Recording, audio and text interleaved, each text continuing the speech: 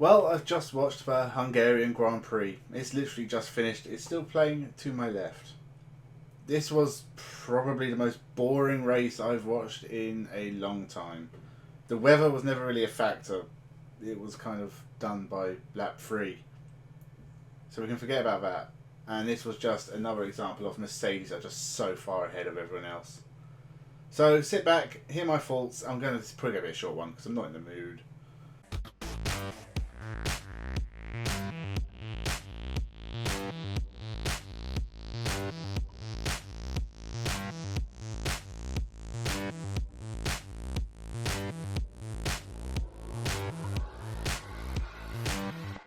Welcome to Frontrunner Motorsport.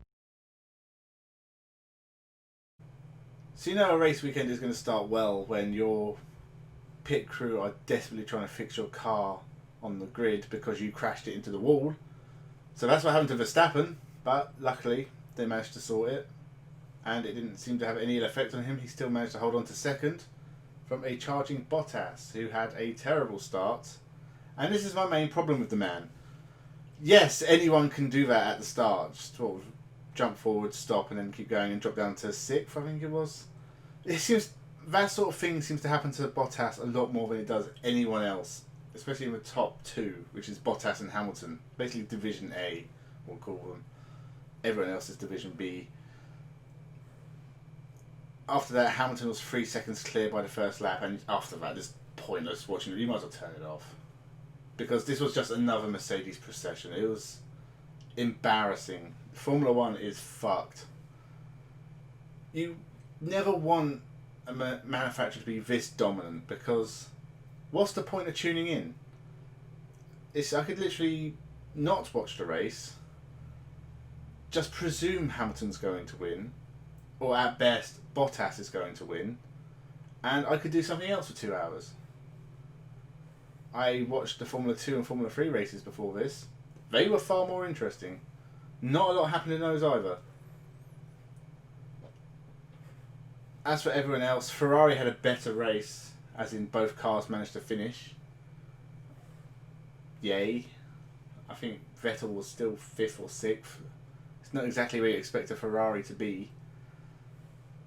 Other than that, Haas did well. They were clever with their pit stops. They managed to get Magnussen into the top 3 for a little bit. They still dropped back, but Magnussen managed to score points for them. That's good. Williams, they look good in qualifying. Pretty much a non-factor in the race. Alfa Romeo, non-factor. McLaren, strangely, had a hard race. Maybe this track just doesn't suit them. Bit of a shame after the year they've had so far. Don't think either driver scored points. Racing Point were interesting. Qualifying on the second row of the grid, very, very impressive. Can't manage it in the race. They both scored points. Lance Stroll has done so well this year that I'm pretty much going to have to choose a different whipping boy because he did very well to stay in 4th. Perez had a harder race. If they're allowed to keep their positions, because I know there's a lot of stuff about their brake ducts and copying Mercedes, and Renault keep lodging appeals against them. Speaking of Renault, Ricciardo had a good race, made his tyres last. Ocon was a non-factor. Gasly retired. Kvyat, don't even remember seeing him. Verstappen and Albon did well. Albon, he's a good driver, but he needs to be more consistent. Because he's had a good year so far, but qualifying, I think it was 15th. No, was it 15th? 14th or 15th. That sort of thing hurts you in the race because you've got so many cars in front of you to pass, and the Red Bull should have the pace to be up in the top 6. And, you know, he worked hard to get to that place in 5th. It was a good drive, but he needs to be there all the time. It's no good being there at the end of the race just about by the skin of your teeth. Verstappen did well to hold on to second. Bottas should have done better, I think. Hamilton, it was a nothing drive. He was in control of the whole race. No one can match him. The Mercedes is, I would say, 50 times better than its nearest competitor. It's just not a good sport. See it in touring cars. a manufacturer that has an advantage of some kind. When Audi joined the BTCC and it had four-wheel drive, the cars would have been completely dominant if left like that. They were given a weight penalty to make it more equal. You can't do that in Formula One. It's too scientific a sport. BTCC in the 90s, it made it work, and they still won. Same, they put weight penalties on BMWs because their wheel drive gave them an advantage. I don't know what the FIA can do. They can't exactly tell Mercedes to slow down or give them a weight penalty. But for the sake of the entertainment value of the sport, if you're a spectator, they should do something, because what is the point of tuning in? I could just presume Hamilton's going to win. I could probably presume that Bottas is going to be second or third in this case. At best, Bottas might win instead of Hamilton on occasions. But I might as well skip it, save an hour and a half of my life and do something else. It's so boring. This was a nothing race. I don't really have anything else to say about it. I suppose we can talk about Ferrari, because they were dreadful in Austria. I think Vettel was something like 15th in the championship with 1 point. He got 6th. It's not where you expect the top Ferrari to be. Leclerc was 10th, I think. So they're still not doing great. It's an improvement, I guess. We'll have to see it at Silverstone, which is in a couple of weeks' time. And it should be a more interesting race. It's definitely a more interesting track. I don't like the Hungary ring. I know it's been part of the Formula 1 calendar since 1986, and it's pretty much a historic track now. It's boring. There's only 2 places you can overtake. It's boring when they have touring cars there. It's boring when DTM is there. It's a very, very old-fashioned track, and it's never been interesting. You've had interesting things happen there, but whole races, very rarely interesting. I think the best one was probably 2008, which I think Kovalainen won, which was his only race win, wasn't it? And of course Button took his first win there as well.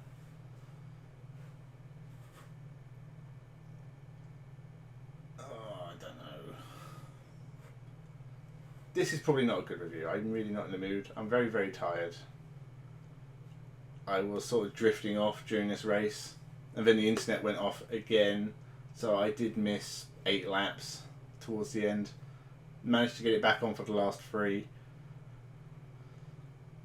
Nothing had changed, so I didn't miss anything, I guess. So that's my review of the Hungarian Grand Prix. It was boring. It's still tight between Hamilton and Bottas. Anything can happen. Silverstone, 2 races in a row. Hamilton usually wins there, so I guess we'll have to see. As to everything else, I'll be doing a full roundup because I have watched Formula 2 and Formula 3, and I have watched the V8 Supercars, which was cool. And I'm going to try and watch IndyCar before I do that.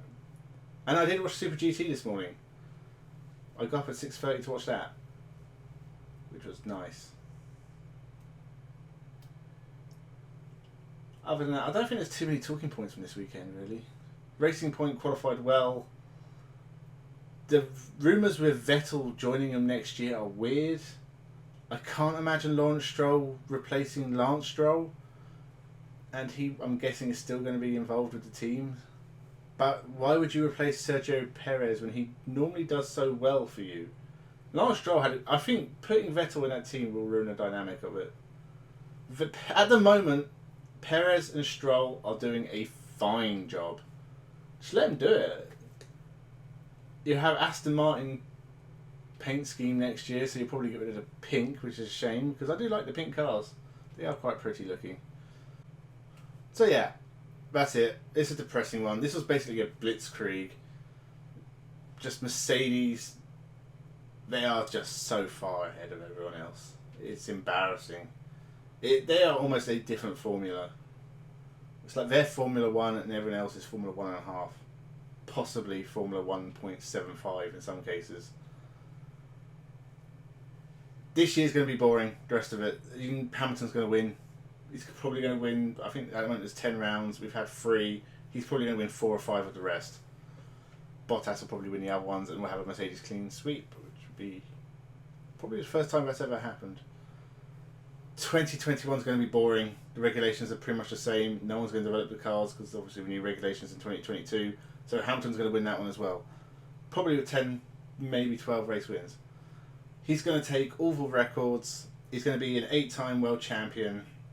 His legacy is so hollow because the Mercedes cars are so far ahead.